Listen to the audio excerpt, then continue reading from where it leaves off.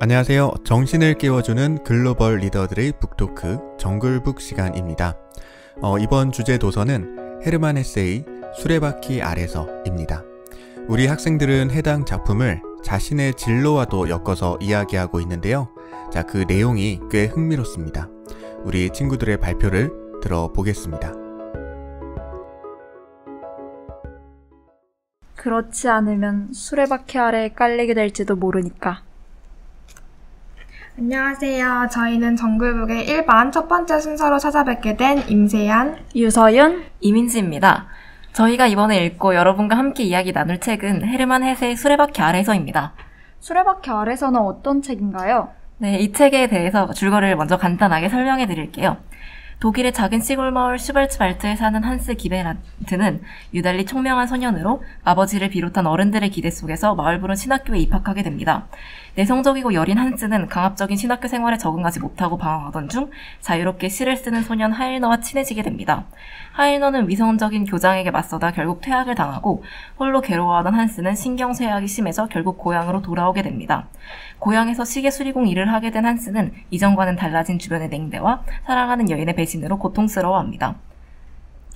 그럼 다시 말해서 이 책은 그 당대의 교육적인 어떤 제도를 비판하고 있는 그런 책이군요. 그렇다고 볼 수 있죠. 그럼 이제 저희가 이 책을 읽으면서 인상적이었던 부분에 대해 한번 말을 해볼까요? 네, 서윤 씨부터 말해주세요. 저는 한스와 하일러의 입맞춤 부분이 굉장히 인상적이었는데요. 그냥 들었을 때는 되게 자극적이라고 들릴지 모르겠지만 한스는 제가 보았을 때 어머니 없이 아버지의 밑에서 자랐는데 어머니의 사랑을 받지 못하였고, 그리고 아버지는 한스를 약간 자신의 출세의 희망이나 수단으로 이용하는 것처럼 보여졌습니다. 그래서 한스는 제대로 된 애정을 받지 못해 이런 하일러가 지닌 그런 사랑이나 우정에 대해서 되게 깊은 감정을 느끼고 있었던 것 같고, 애정 결핍이 이의 원인이 되지 않았을까라는 생각이 들어서 이 부분이 가장 인상적이었습니다. 저도 그 부분을 읽고 그렇게 생각했거든요. 애정 결핍이라는 게 좋은 키워드인 것 같아요. 그럼 민지는 어떻게 생각하나요? 저는 딱 저한테 되게 인상 깊게 다가온 구절이 하나 있어서 이걸 먼저 읽어드리도록 할게요. 네.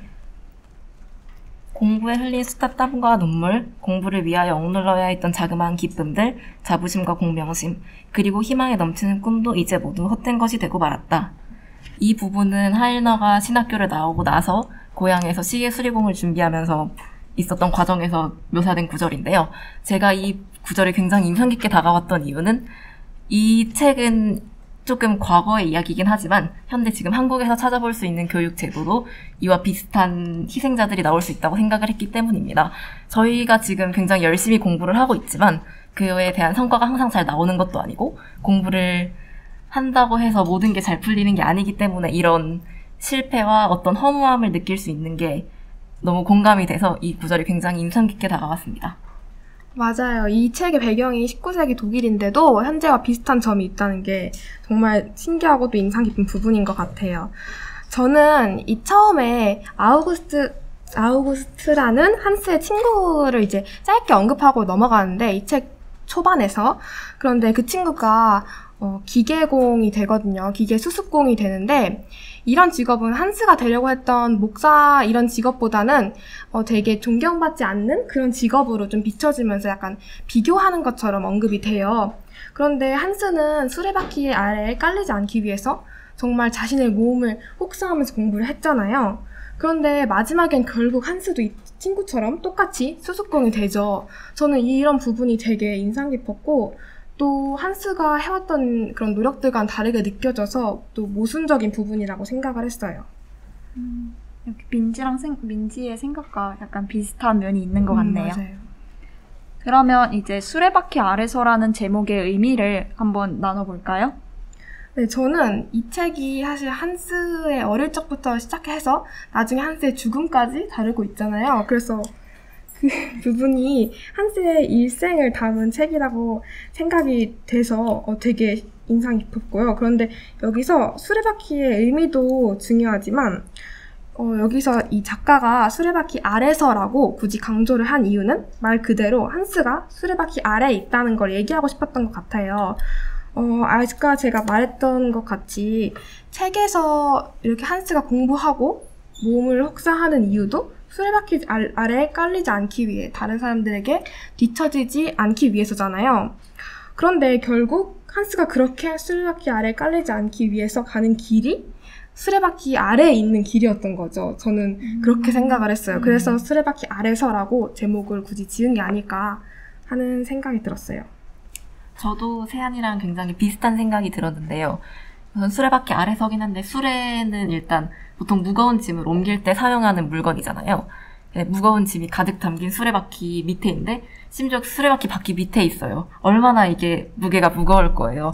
이런 수레바퀴 아래에 있는 압박, 어떤 경제적인 부분이나 혹은 사회적인 지위라는 압박에 깔린 한스에 대해서 일단 1차적으로 묘사를 하고 있는 것 같고, 2차적으로는 이 제목이 수레바퀴 아래서라고 딱 끝나버리는 부분에서 아까 세안이가 말했던 것처럼 이미 한스는 수레바퀴 아래에 있다라는 것을 의미했다고 생각했어요. 저랑 딱 똑같은 생각이네요. 그렇죠? 서윤이는 어떻게 생각했나요? 저는 아까 처음에 세안이가 말했던 것처럼 뭔가 악순환 같다는 생각이 들었어요. 수레바퀴는 어떻게 보면 계속 굴러가는 건데, 여기서 한스의 아버지는 중개업자이고 사실상 엄청나게 부유하진 않습니다. 그래서 그의 희망이었던 그 한스를 신학교에 보내서 출세시키려고 하지만, 한스도 결국에는 기계공이 되고 친구들의 직업이었던 그 기계공을 무시했지만, 그런 공부와 교육을 받게 됐지만 다시는 원래대로 돌아와서 가난하고 한스 자신이 천박하다고 믿었던 그런 직업을 갖게 되면서 죽게 됩니다. 그래서 결국에는 이게 다 악순환이라 생각이 들고요. 그리고 아까 애정결핍이라는 얘기를 제가 잠깐 꺼냈었는데, 한스의 아버지도 결국에는 아내라는 사랑하는 사람을 잃고 죽고 허망하게 되는 그런 삶을 살고 있는데, 마찬가지로 한스도 끝에서는 사랑했던 하일로나 엠마를 잃고 허망하게 죽는 부분도 순환의 일부라고 생각할 수 있었던 것 같아요. 네, 이 순환이라는 키워드가 저는 되게 인상 깊다고 생각을 했거든요. 그래서 이 얘기를 들었을 때 저도 딱 생각났던 것이, 여기서 한스처럼 이렇게 공부에 목숨 걸도록 교육받은 아이들이 나중에 크면 한스의 아버지가 한스에게 그랬던 것처럼 또 다른 자신의 아이들이나 후대의 아이들에게 공부에 또 똑같이 자신처럼 목숨 걸도록 강요를 할 수가 있잖아요.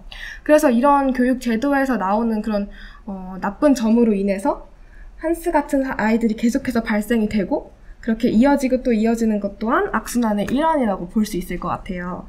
사회적으로도 해석이 가능하겠네요. 네, 맞아요. 그러면 저희가 이제 함께 나눠보고 싶은 질문을 잠깐 갖고 왔는데요. 일단 먼저 읽어드리도록 하겠습니다. 수도원의 신학교 문턱을 어머니와 함께 들어선 학생이라면 누구나 평생 동안 이날을 흐뭇한 감동을 느끼며 감사하는 마음으로 되돌아본다. 하지만 한스 기벤란트는 그럴 처지가 아니었다. 라는 부분이 책에서 나와 있습니다. 이에서 한스는 어머니의 사랑을 받지 못하고 흐뭇한 감동보다는 우월감을 느끼며 학교에 입학을 하게 되는데요. 이런 점에서 보았을 때 만약 한스가 어머니와 친구들에게 사랑을 받고 우월감 대신 감동을 느끼며 입학했다면 한스는 끝내 죽지 않았을까요? 아니면 어떻게 살게 되었을까요? 라는 질문을 한번 나눠보고 싶습니다. 패들릿에 올려주시면 감사하겠고요. 자, 그럼 이제 구성 3으로 넘어갈까요? 네, 친구들이 패들릿의 의견을 적는 동안 저희는 이 책을 읽고 저희의 진로와 관련해서 느낀 점을 한번 소개해보려고 하는데, 마찬가지로 서윤 씨가 먼저 소개를 해주세요. 제 진로는 유네스코 교육 관련 국제 공무원이기 때문에 이 책을 읽으면서 교육에 대한 부분을 많이 생각해 볼 수 있었어요. 저는 전체적으로 교육에 관한 내용이긴 했지만 특히 마을학교 교장과 신학교 교장에 대한 설명을 두려움의 대상이었던 지배자 그리고 권력자라고 언급하는 부분이 있었습니다. 이런 책에서 학교는 마치 아이들을 찍어내는 공장 같다는 생각이 들었고, 교육자들이 공장에서 불량품이 나올까봐 전전긍긍하는 그런 권력자나 공장의 지배자라는 생각이 들었습니다. 저는 교육이라 함은 똑같은 인재를 생산해내는 것이 아니라 개인의 능력을 최대한으로 이끌어내는 수단이라고 생각이 됩니다.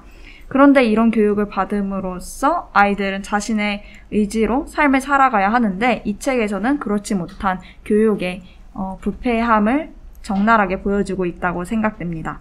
현재 유네스코와 유엔에서 지속가능한 발전 목표의 4번째 목표인 양질의 교육은 평생학습 관점에서 교육의 접근성, 그리고 포용성, 형평성이 동등하게 여겨지고 있는데, 그렇게 의미 있는 평생 교육을 위해서는 각 나라와 지역의 특성과 문제점을 고려해서 실질적인 교육을 실시해야 한다 생각했습니다. 마치 저희가 배웠던 적정기술처럼 교육도 적정교육이 필요하고, 그렇게 시행했을 때 한스와 같은 그런 교육의 피해자가 속출하지 않아야 된다는 생각을 가져보았습니다. 정말 멋있는 생각인 것 같아요. 나중에 또 서윤이가 자신의 진로를 찾아서 그런 직업을 갖게 됐을 때 또 이런 한스와 같은 아이들이 발생하지 않도록 좋은 쪽으로 교육을 바꿔볼 수 있겠다는 그런 생각이 들어서 또 기대가 되는 것 같아요. 네. 그러면 세연이랑 민지 직업이 작가였죠? 그럼 네, 그 맞아요. 작가랑 이 책이랑 어떻게 연관되는지 들어보고 싶어요. 네, 저희는 이제 진로가 조금 비슷해서 생각하는 것도 좀 비슷한데, 민지가 먼저 말해줄래요?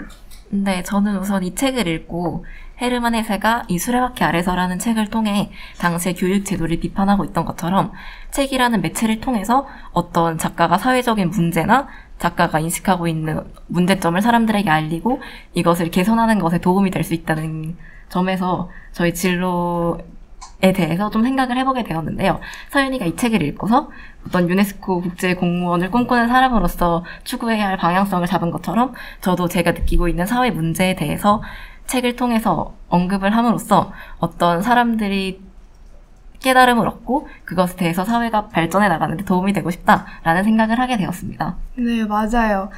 사실 이게 글이 주는 영향인 것 같거든요. 글이라는 게 굉장히 간단해 보이지만 사실 사람들에게 생각보다 보이지 않아도 커다란 영향을 끼치고 있다고 생각을 해요.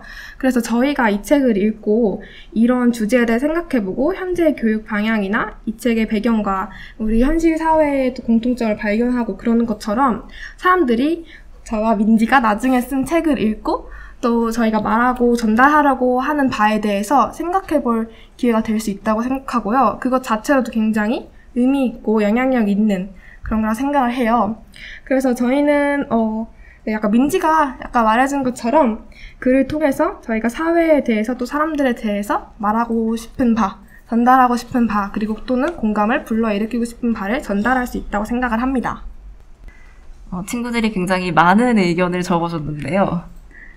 네, 한스가 슬픈 결말을 맞지 않았을 거라는 의견이 꽤 많은데 조금 구체적인 의견을 살펴보자. 한스의 모습을 보고서 드라마 스카이캐슬이 떠올랐다는 친구가 있어요. 맞아요. 스카이캐슬에서도 각박한 입시 경제 속에서 벌어지는 입시 코디 등의 무서운 현실을 나타냈는데 이것이 공통적인 것 같다는 의견을 줬어요. 맞아요. 여기 교장 선생님을 맞아요. 보면은 교장쌤이 굉장히 강압적인 사람이잖아요. 네. 그죠? 맞아요. 이 스카이캐슬 저도 이 드라마를 되게 재밌게 봤는데 다시 제가 그땐 생각을 못했는데 지금 보니까 이 드라마와 이 책의 공통점이 있는 것 같아요. 저는 이제 제 분야랑 관련된 질문이 올라와서 말씀을 드리는데, 적정교육은 어떤 걸까요? 적정교육은 예를 들자면 어떤 교육이 있을지 궁금해요. 사실 적정교육이라는 말은 제가 이 책을 읽으면서 생각했던 말이고요. 예시를 굳이 들자면 유네스코에서 현재 인도나 이런 부분에 여성들의 교육의 질이 떨어지고 있고, 그들은 사실 직업교육이 가장 적정 교육이라고 볼 수 있습니다. 그래서 이들에게 IT 교육이나 병원에서 바로 근무할 수 있는 그런 실질적인 교육을 실시하고 있다고 합니다. 저는 몰랐던 정보인데 또 새로운 정보를 알게 된 것 같아요. 또 마지막으로 한 가지 정도 답변을 읽어보면 더 좋을 것 같은데, 전체적으로 친구들이 생각하기에는 한스가 또 의지하고 사랑하는 그런 곁에 있는 사람이 있었더라면 죽지 않고 이렇게 비극적인 결말을 맞지 않았을 거라고 생각하는 것 같아요. 또 읽어보고 싶은 질문이 하나 있나요? 답변이 있나요? 다들 너무 열정적으로 많이 적어주셔서 너무 좋은 댓글들이 많아서 어떤 댓글을 읽을지 지금 고민이 되는데, 순환을 언급하면서 생각이 났는데, 오래전에 교육 제도와 공부를 잘하는 것을 원하는 모습 같은 것들이 현재까지도 계속돼서 순환되어지고 있다는 점이 안타깝게 느껴졌던 것 같아요. 네, 맞아요. 저희도 지금 교육 제도를 현장에서 제대로 느끼고 있는데 저도 읽으면서 이런 저희 학교뿐만 아니라 대한민국의 고등학교에 대한 생각을 많이 하게 되었던 것 같아요. 네, 이 책이 얼마 전에 쓰여진 것도 아니고 되게 오래된 책이잖아요. 그러니까 고전이기 때문에 그때 19세기에 써진 책인데도 저희가 이렇게 읽으면서 마음으로 공감을 하고 깊이 이제 공통점을 찾게 되는 것도 이 순환이 계속 이어지고 있다는 그런 산 증인 같은 존재인 것 같아요. 네, 많은 의견들 주셔서 감사하고 꼭 다 읽어보도록 하겠습니다. 네. 시간 관계상 이제 마무리 멘트를 할까요? 네. 저는 이 책을 읽으면서 아까 정말 수도 없이 말했지만 저희 같은 학생들이 현재 있는 현실 사회에 대해서도 생각을 해보고 제가 현재 학생이잖아요. 그래서 제가 학생으로서 제가 생각하는 좋은 교육의 방향을 위해서는 무엇을 할 수 있고 그런 교육을 실천하기 위해서는 저도 무언가를 할 수 있을까에 대해서 고민하게 되는 기회가 되었던 것 같아요. 또 아까 민지와 진로에 대해서 얘기했던 것처럼 저랑 저의 진로랑도 엮어서 생각해 볼 수 있어서 정말 유익했고 네, 그랬던 것 같습니다. 그 다음 민지가 얘기해 줄까요? 저는 지금까지는 좀 교육에 대한 얘기를 했으니까 마지막으로 제가 조금 사심을 담아서 어떤 얘기를 해보자면 이 수레바퀴 아래서라는 책을 이 라디오를 준비하면서 처음 읽게 됐는데 개인적으로 제가 작가를 꿈꾸면서 어떤 책을 읽을 때 조금 신경 써서 읽는 부분이 있어요. 약간 책에 파트가 나눠진 부분이 있는데 이 책이 파트가 정말 깔끔하게 나누어 떨어지거든요. 제가 이 부분이 너무 마음에 들어서 책을 정말 열심히 읽었는데 또 책이 서술이 굉장히 깔끔하고 뭔가 몰입도가 굉장히 높아서 여러분들께 이 라디오를 듣고 꼭 읽어달라라는 말씀을 드리고 싶었습니다. 이제 제가 마지막으로 말을 하게 되었는데 저도 마찬가지로 수레바퀴 아래서라는 책을 제가 처음 고르게 되었고 처음 라디오를 준비하면서 읽게 되었는데 되게 많은 의미를 담고 있다고 생각이 들었고 사람마다 저는 이제 진로가 교육 쪽이다 보니 교육에 관해서 더 집중해서 읽었는데 다른 진로를 갖거나 다른 관심 분야가 있는 친구들에게는 또 다르게 다가올 수 있는 책이라고 생각이 들어서 추천드리고 싶고요. 정말 고전이라는 게 무엇인지 알게 되는 그런 책이었던 것 같습니다. 네, 저희가 첫 번째 정글북 순서로 오게 되어서 솔직히 많이 좀 긴장도 하고 떨렸는데 다들 되게 좋은 반응 보여주고 저희도 열심히 준비해서 이렇게 잘 끝낼 수 있었던 것 같습니다. 감사합니다. 감사합니다. 감사합니다.